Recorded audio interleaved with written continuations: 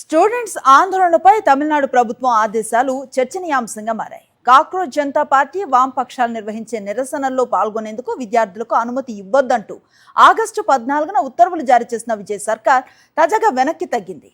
ఈ ఆదేశాలను ఉపసంహరించుకుంది.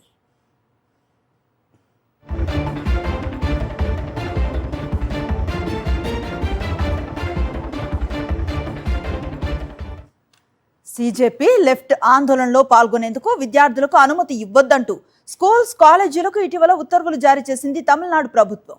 ఈ విషయంలో పోలీసులు, జిల్లా అధికారులు పాఠశాల విద్యా విభాగంతో కలిసి పనిచేయాలని అధ్యాపకులకు లేఖ రాసింది. తాజాగా విజయ్ సర్కార్ వెనక్కి తగ్గింది. విద్యార్థుల ఆందోళనపై ఇచ్చిన ఉత్తర్వులను ఉపసంహరించుకుంది.